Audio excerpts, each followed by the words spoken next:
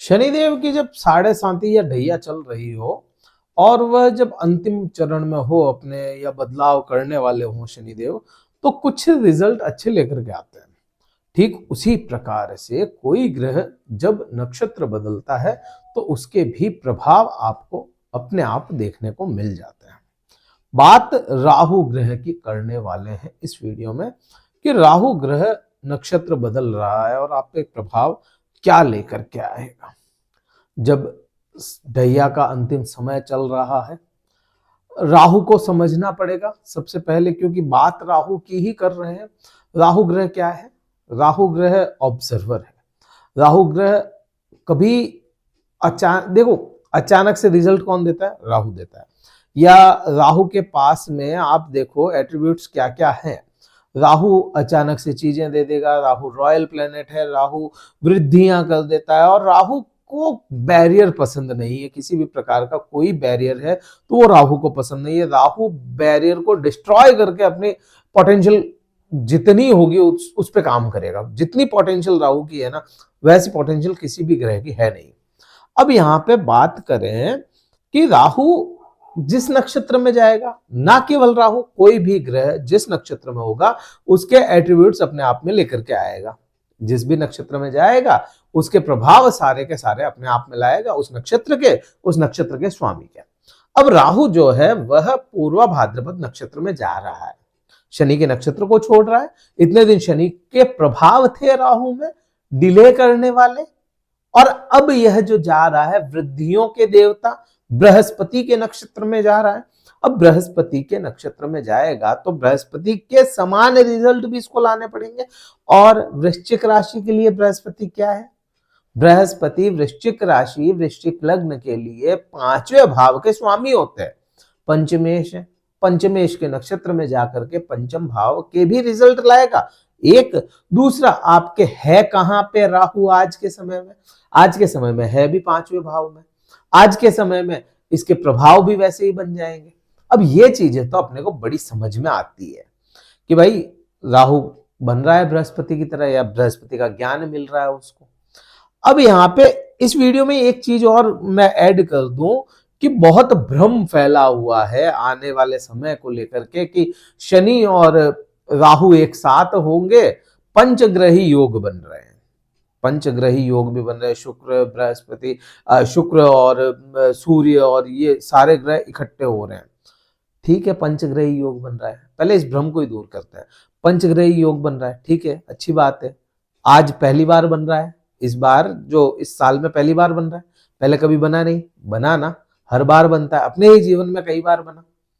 तो इतना बुरा तो कभी अपन ने नहीं सुना, या हुआ भी नहीं उतना बुरा। फिर अपन बात करते हैं राहु और शनि एक साथ हो जाएंगे तो फला ऐसा हो जाएगा, फला ऐसा हो जाएगा। क्या कभी राहु और शनि एक साथ नहीं हुए? गोचरीय घटनाएं जो होती है, राहु शनि को देखोगे तो मैंने भी कई सारी कुंडलियां ऐसी देखी है जिसमें राहु शनि एक साथ है। तो क्या उनका जीवन बर्बाद हो गया? बिल्कुल नहीं, ऐसा भी नहीं होता। राहु शनि एक साथ हैं, हाँ, बहुत अच्छे प्रभाव नहीं होते उसके, लेकिन केवल युति बन जाना ही सब कुछ नहीं है। युति के अंदर बल होना भी बहुत जरूरी है। अब राहु को अगर देखें आज, पहले ये भ्रम को भी देखो और भ्रम के साथ में राहु को भी मैं बता रहा हूं। आज राहु को देखो तो राहु की कंडीशन क्या है? जब 17 मार्च को यह परिवर्तन करेंगे नक्षत्र का, तब 3 डिग्री और कुछ कलाओं पे राहु होंगे। शनिदेव परिवर्तन करेंगे कितनी तारीख को? 29 मार्च को। 29 मार्च को शनिदेव परिवर्तन करेंगे और 29 मार्च को शनिदेव गोचर करते हुए कुंभ राशि से यहाँ पे आ जाएंगे शनि राहु के साथ में, ठीक है। और कोई भी ग्रह जब परिवर्तन करता है उस समय उसकी क्या होती है अवस्था? 0 डिग्री पे। अब शनि जैसे ग्रह को परिवर्तन, क्योंकि शनिदेव बहुत लंबे समय तक एक राशि में रहते हैं तो इनकी डिग्री भी धीरे धीरे ही बढ़ती है। अब यहाँ पे इस चीज को भी समझे, 3 डिग्री से अप कोई भी राशि होगी, कोई भी ग्रह 3 डिग्री से ऊपर होगा तो ही उसमें बल होगा, तो ही उसमें बल आएगा। और वो 3, 4, 5 डिग्री तक तो इतना भी बल नहीं होता कि बहुत ज्यादा बड़े प्रभाव लेकर के आ जाए। एक बात। दूसरा, 27 डिग्री से अप कोई चला जाएगा, 27 का 28 चला गया, 29 या 29 से ऊपर की जो कलाएं आती है वहां तक अगर चला गया कोई भी ग्रह, तो भी बलहीन हो जाएगा। मतलब ये जो अवस्थाएं हैं 3 डिग्री वाली, 27 डिग्री वाली, इनसे एक तो अप और एक डाउन, 3 डिग्री से डाउन और 27 डिग्री से अप कोई भी ग्रह होगा तो उसमें प्रभावहीन हो जाता है वो, या उसके प्रभाव बहुत ना के बराबर होते हैं। 3 डिग्री तक होती है शिशु अवस्था, उसके बाद में 27 से ऊपर हो जाती है मृत अवस्था। अब एक शिशु अवस्था में रहेगा, एक मृत अवस्था में रहेगा, या कहूं कि दोनों ही शिशु अवस्था में रहेंगे, तब फिर इनमें बल ही नहीं रहेगा। अब बल ही नहीं रहेगा तो इस युति का कितना % आपको रिजल्ट मिल सकता है?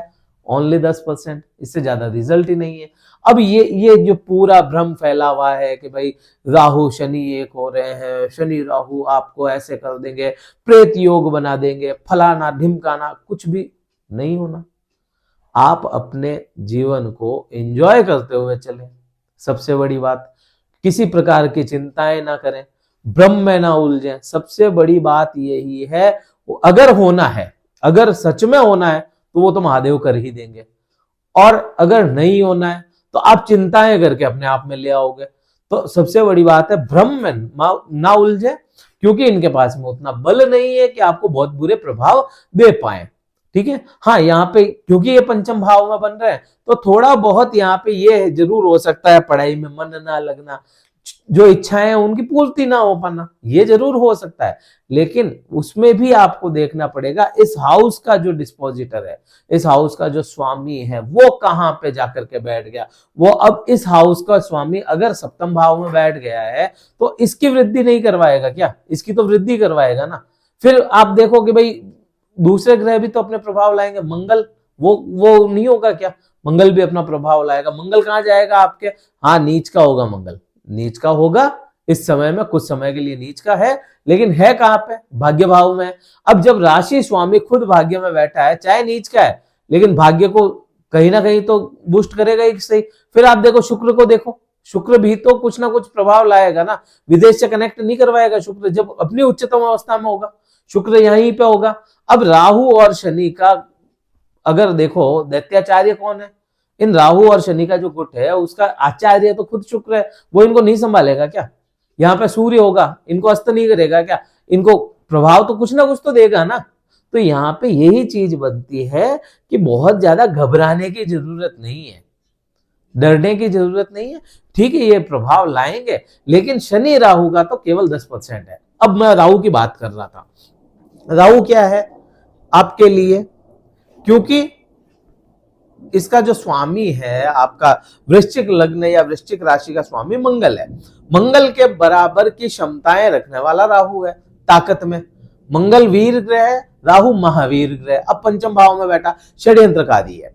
अब यहाँ पे अगर इसको ज्ञान मिल गया, केवल मैं अगर राहु के पर्सपेक्टिव से देखूं तो अगर इसको ज्ञान मिल गया तो यहाँ पे कहीं ना कहीं ज्ञान देगा आपको। और ज्ञान कौन सा देगा? पढ़ाई के लिए ज्ञान नहीं है, ये बात है ना, केवल विद्यार्थियों की नहीं है, ये बात सबकी मैं बात करूं तो व्यवहारिक ज्ञान मिलेगा इस समय में आपको। व्यवहार से आपको कहीं ना कहीं यह राहु कार्य करेगा, आपके व्यवहार में बढ़ोतरियां करेगा, एक चीज। दूसरा, अब क्योंकि यहाँ पे इतने सारे ग्रह बन रहे हैं, पंचग्रही योग बन रहा है, तो ये भाव है ना, प्रेम संबंधों का भी भाव है। अब यहाँ पे प्रेम संबंधों में उलझान देखने को मिल सकती है, लेकिन वो नहीं है कि बिल्कुल आपके संबंध ही खराब हो जाएंगे, टूट जाएंगे। हाँ, कंफ्यूजन की स्थिति आ सकती है कि भाई ये ऐसा क्यों हो रहा है, ये मेरे इसके साथ में पट क्यों नहीं रही है, जहां हमारी बहुत अच्छी बॉन्डिंग हुआ करती थी, बॉन्डिंग कम कैसे हो रही है, ये चीज यहाँ पे देखने को मिलेगी। भ्रम बनेगा लेकिन टूटेगा नहीं कुछ भी यहाँ पे। तो ये चीज अपने को समझ में आती। अब यहां से ही अपन केवल राहु को ही देखते हुए चले तो राहु की जो दृष्टि है वो बड़ी काम करेगी। राहु की दृष्टि क्या चली जाएगी? यहां से 5वीं दृष्टि राहु की जो होगी वो भाग्य पे होगी, मंगल पे। यहाँ पे आप उस चीज को समझो, महावीर ग्रह है, यहाँ पे कुछ समय के लिए मंगल आएगा। ठीक है, अब यहाँ पे भाग्य पे जब दृष्टि राहु जैसे षड्यंत्रकारी ग्रह की जा रही है, राहु जैसे रॉयल प्लेनेट की जा रही है, या बृहस्पति के नक्षत्र में जब राहु चला जाएगा पूर्वा भाद्रपद नक्षत्र में, तो वहां पे राहु ज्ञान बांटेगा और धर्म का दिखावा करेगा। यहाँ पे इस चीज को समझो, धर्म के भाव पे जब राहु देखेगा तो धर्म का दिखावा करेगा ये। अब चाहे मन में धर्म है ना है, किसी के कारण आपको कुछ धार्मिक कार्य करने पड़े या आप दिखाने के लिए धार्मिक कार्य करें, ये चीज यहाँ पे बनती है। फिर यहां से आप और क्या देखोगे, यहां से कहीं ना कहीं अपने स्वार्थ के लिए यह राहु काम करेगा ही करेगा। आप अपना स्वार्थ देखेंगे और स्वार्थ में कार्य करेंगे और वो कार्य होंगे भी सही। अब यहाँ पे स्वार्थ का मतलब गलत मत ले जाना, लेकिन हाँ यहाँ पे स्वार्थ तो बनाता है। अब यहां से जो 7वीं दृष्टि है उसको देखो। 7वीं दृष्टि आपके कहां चली गई, लाभ भाव, जो आप खुद कमा रहे हो लाभ। अब लाभ पैसे का भी हो सकता है, ज्ञान का हो सकता है, शिक्षा का हो सकता है, लोगों का हो सकता है। लाभ मतलब लाभ की जो डेफिनेशन है वो लाभ ही है, शुद्ध लाभ जो जहां से मिल रहा है, जैसा भी, केवल पैसा नहीं। तो अब आप लोगों ने पिछले 1.5 साल से महसूस किया होगा या हुआ भी होगा, वृश्चिक लग्न, केवल वृश्चिक राशि नहीं, वृश्चिक लग्न के लिए भी है कि वृश्चिक लग्न वाले भी लाभ नहीं कमा पाए, बहुत ज्यादा उनको लाभ नहीं मिला, लाभ दूर होता चला गया। तो यहाँ पे जो ये स्थिति थी वो केतु की वजह से थी। अब राहु जब कमजोर हो रहा है 3 डिग्री पे, तो कहीं ना कहीं केतु भी वही होगा, 180 डिग्री पे आमने सामने बैठा है। तो यहाँ पे लाभ की स्थितियां थोड़ी मजबूत होती चली जाएगी क्योंकि केतु कमजोर हो रहे हैं। ये प्रभाव भी अपने को देखने को मिलेगा।